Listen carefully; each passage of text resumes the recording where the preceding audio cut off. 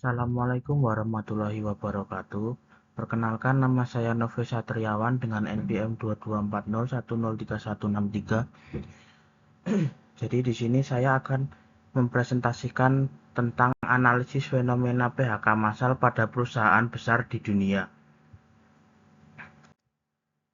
Pada kesempatan kali ini, saya akan menyampaikan sebuah presentasi mengenai fenomena gangguan tenaga kerja yang disebabkan oleh kemajuan teknologi dan otomatisasi. Tujuan dari presentasi kali ini adalah yaitu untuk menganalisis fenomena-fenomena PHK massal yang dilakukan oleh perusahaan-perusahaan teknologi besar atau perusahaan-perusahaan raksasa, dan bagaimana teknologi seperti artificial intelligence atau AI dan robotika berperan dalam perubahan. Selanjutnya, berikut adalah tabel-tabel yang telah saya ringkas terkait berita-berita mengenai perusahaan tersebut. Yang pertama itu adalah Google. Jadi perusahaan Google itu telah mem-PHK sebanyak 200 orang anggota karyawan yang terdapat pada bidang unit sales dan partnership. Alasan perusahaan tersebut mem-PHK karyawannya adalah sebagai bagian dari strategi perusahaan Google untuk fokus pada pengembangan kecerdasan buatan atau AI dan pusat data. Yang kedua adalah perusahaan Microsoft. Perusahaan Microsoft telah mem-PHK sekitar 6 ribuan orang. Pekerjaan di semua level tim, karyawan yang terdampak itu yaitu ada di pekerja di semua level, baik dari level tim dan seluruh wilayah. Tetapi yang difokuskan untuk PHK di sini yaitu pada lapisan manajemennya. Alasan Microsoft melakukan PHK itu karena memilih menggunakan AI untuk menggantikan pekerjanya yang di PHK. Kemudian yang ketiga itu ada Meta. Meta telah mem-PHK sekitar 3.600-an orang. Karyawan yang terdampak itu tidak dijelaskan secara spesifik, namun kemungkinan seluruh divisi yang ada pada Meta tersebut dan yang terkena dampaknya. Kemudian alasannya yaitu pihak untuk meningkatkan standar kinerja perusahaan dan menyingkirkan karyawan yang berkinerja buruk. Untuk yang keempat itu adalah dari perusahaan Dell. Perusahaan Dell telah mem-PHK sekitar 12.000 orang. Karyawan yang terkena dampaknya itu ya tim yang menangani produk-produk lama. Jadi yang terkena PHK dari perusahaan Dell itu adalah orang-orang lama yang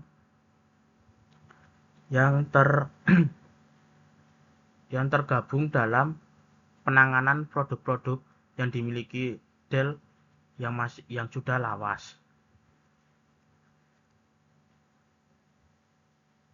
Kemudian alasan adanya PHK pada perusahaan Dell ini terdapat dua hal, yaitu peningkatan penggunaan kecerdasan buatan atau AI, kemudian kebijakan perusahaan yang mewajibkan karyawan untuk kembali bekerja di kantor. Kemudian yang kelima itu adalah perusahaan IBM. Karyawan jadi perusahaan IBM telah mem-PHK 1.000 orang di Cina dan tutup permanen di cabang Cina. Karyawan yang terdampak pada PHK kali ini terjadi di pusat penelitian dan pengembangan IBM di Cina. Selain itu, IBM juga memangkas jumlah pegawai di divisi pemasaran dan komunikasinya. Alasan perusahaan tersebut mem-PHK yaitu yang pertama, lesunya permintaan atas perangkat keras dan tantangan lain dengan pertumbuhan tinggi termasuk Cina. Kemudian sebagai bagian dari strategi IBM untuk menggunakan kecerdasan buatan AI untuk melaksanakan pekerjaan yang dulu dilakukan oleh manusia. Yang keenam itu adalah perusahaan Duolingo. Duolingo ini adalah sebuah perusahaan yang bergerak di bidang pembelajaran mengenai bahasa-bahasa yang terdapat di seluruh dunia. Terus perusahaan Duolingo ini telah mem-PHK sebesar 10% dari pekerja kontraknya. Karyawan yang terdampak yaitu para pekerja kontrak yang bertanggung jawab untuk pembuatan konten dan terjemahan.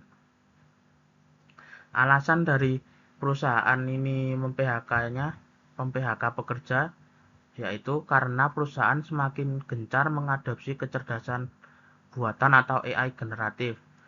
AI ini memungkinkan untuk Duolingo mempercepat pembuatan konten pendidikan dan terjemahan secara lebih efisien dan murah.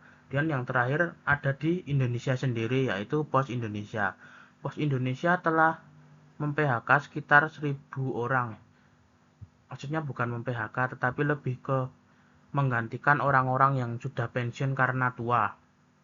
Kemudian alasan perusahaan ini yaitu menggantikan orang-orang yang sudah pensiun dan karena usia tua dengan robotik, dan selanjutnya mereka hanya menerima sekitar 100 sampai 150 karyawan baru. Kemudian yaitu analisis. Analisis yang pertama yaitu benang merah dari peristiwa berita-berita tersebut. Perusahaan-perusahaan besar saat ini menghadapi transformasi signifikan dalam struktur tenaga kerja mereka yang didorong oleh dua faktor utama. Yang pertama adalah kecerdasan buatan atau AI dan otomatisasi, serta kebutuhan akan restrukturisasi dan peningkatan efisiensi operasional. Berbagai perusahaan seperti Google, Microsoft, Dell, IBM, dan Duolingo secara eksplisit dan gamblang menyebutkan bahwa AI merupakan pendorong utama dari perubahan ini, yang dimana AI generatif dan teknologi otomatisasi tersebut mengurangi kebutuhan akan pekerjaan manual atau pekerjaan yang berulang-ulang. Langkah ini memungkinkan perusahaan untuk mempercepat proses dan menghemat biaya serta fokus menjadi AI first, seperti yang ditunjukkan oleh Duolingo dan IBM, yang mengganti pekerjaan manusia dengan AI. Selain itu, hampir semua perusahaan ini termasuk Meta melakukan restrukturisasi, pemangkasan biaya, dan peningkatan standar kerja demi menjaga daya saing di pasar yang sangat dinamis. Bahkan Pos Indonesia pun menunjukkan tren serupa dengan mengganti posisi pensiun dengan robotika yang mengindikasikan pergeseran ke arah otomatisasi untuk efisiensi di berbagai sektor. Jadi kesimpulannya, benang merah pada kasus-kasus ini adalah bahwa perusahaan teknologi raksasa sedang mengalami transformasi besar-besaran yang didorong oleh percepatan adopsi AI. Peran-peran yang dapat diotomatisasi atau disederhanakan oleh AI menjadi rentan terhadap perubahan. Selain itu, ada dorongan kuat untuk meningkatkan efisiensi dan merestrukturisasi organisasi agar tetap kompetitif di pasar yang terus berkembang dengan AI. Dengan AI seringkali menjadi alat utama Indonesia adalah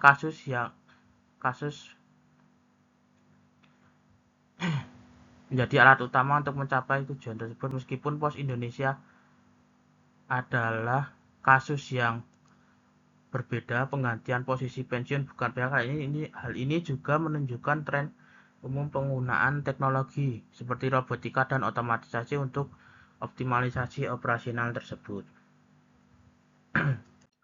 Selanjutnya yaitu analisis fenomena PHK di tengah pertumbuhan bisnis. Fenomena PHK di tengah pertumbuhan bisnis. Mengapa ini terjadi? Mungkin kita pernah bertanya-tanya sekali ya. Mengapa banyak perusahaan teknologi besar seperti Google, Microsoft, ataupun Dell tetap melakukan PHK dan restrukturisasi tenaga kerja? Padahal dari segi pertumbuhan dan keuangan mereka menunjukkan pendapatan dan laba yang signifikan, terutama pada periode 2023 hingga 2024.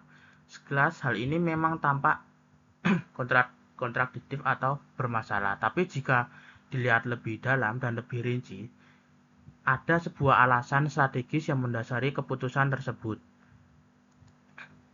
Yang pertama, pergeseran fokus bisnis dan optimalisasi sumber daya manusia. Yang pertama adalah karena adanya pergeseran fokus bisnis, banyak perusahaan teknologi saat ini tengah mengalihkan sumber dayanya ke area pertumbuhan baru, terutama ke bidang kecerdasan buatan dan down computing. PHK bukan menjadi alasan karena penurunan bisnis total, melainkan restrukturisasi untuk alokasi sumber daya ke bidang strategis.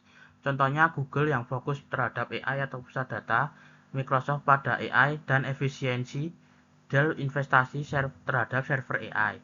Yang kedua adalah efisiensi melalui otomatisasi dan AI.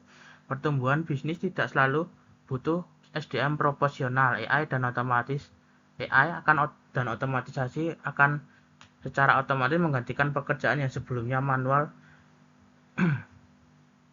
Memungkinkan yang ketiga adalah memungkinkan pertumbuhan profit dan ekspansi dengan jumlah karyawan yang lebih sedikit. Contohnya Duolingo yang mengganti pekerjaan kontraktor. Kemudian teknologi AI atau otomatisasi yang mengganti karyawan yang di PHK. Yang pertama itu AI generatif. Pekerjaan yang digantikan yaitu penerjemah, penulis konten, copywriter, dan desain grafis tingkat dasar. Cara kerja dari AI generatif ini mungkin seperti ChatGPT yang sudah banyak digunakan oleh orang-orang ya. Kemudian yang kedua adalah layanan pelanggan otomatis. Pekerjaan yang digantikan yaitu agen layanan pelanggan operator call center level dasar. Cara kerjanya ini juga hampir mirip seperti ChatGPT. Kemudian ada robotic process automation. Cara kerjanya itu meniru pekerjaan manusia di komputer, misalnya membuka aplikasi dan mengetik data. Kemudian teknologi AI dan otomatisasi pengganti karyawan yang di PHK. Ada komputer vision dan AI untuk analitik video dan AI untuk analisis dan prediksi data. Kemudian yang terakhir adalah jenis pekerjaan yang bisa dan sebaiknya digantikan oleh robot AI. Yang pertama itu pekerjaan yang repetitif dan beresiko tinggi. Contohnya yaitu operator lini produksi manufaktur, misalnya tambang bawah tanah atau luar angkasa. Alasannya robot dapat melakukan tugas ini tanpa lelah dengan tekanan tinggi dan tanpa risiko kesehatan atau keselamatan bagi manusia. Kemudian pekerjaan input data dan administrasi berulang. Contoh pekerjaan yaitu entry data manual, proses faktur, dan jumlah besar. Alasannya otomatisasi dapat melakukan tugas-tugas ini jauh lebih cepat tanpa kesalahan manusia dan dalam volume yang sangat besar. Ini membebaskan waktu karyawan manusia. Yang ketiga ada pekerjaan komputasi dan analisis skala besar. Contoh pekerjaannya yaitu analis data level awal yang fokus pada pengolahan data mentah atau trader saham. Dan tantangan utama bagi manajer SDM yaitu yang pertama ada melatih karyawan, yang sebenarnya lebih tepatnya disebut melatih ulang dan meningkatkan keahlian karyawan yang sudah ada. Dengan munculnya robot dan AI, banyak pekerjaan yang dulu kita kenal akan berubah atau bahkan tidak ada lagi. Oleh karena itu, tugas kita di SDM adalah memastikan karyawan kita tidak tertinggal. Kemudian mengelola perubahan. Karyawan bisa takut kehilangan pekerja. SDM harus menjelaskan kenapa perubahan ini penting dan membuat karyawan merasa nyaman dan membantu mereka menerima teknologi baru tanpa terlalu khawatir. Kemudian ada mengatur ulang pekerjaan, ada menarik dan mempertahankan ahli AI, memastikan AI adil dan menjaga kesehatan karyawan. Terima kasih, sekian dari saya. Wassalamualaikum warahmatullahi wabarakatuh.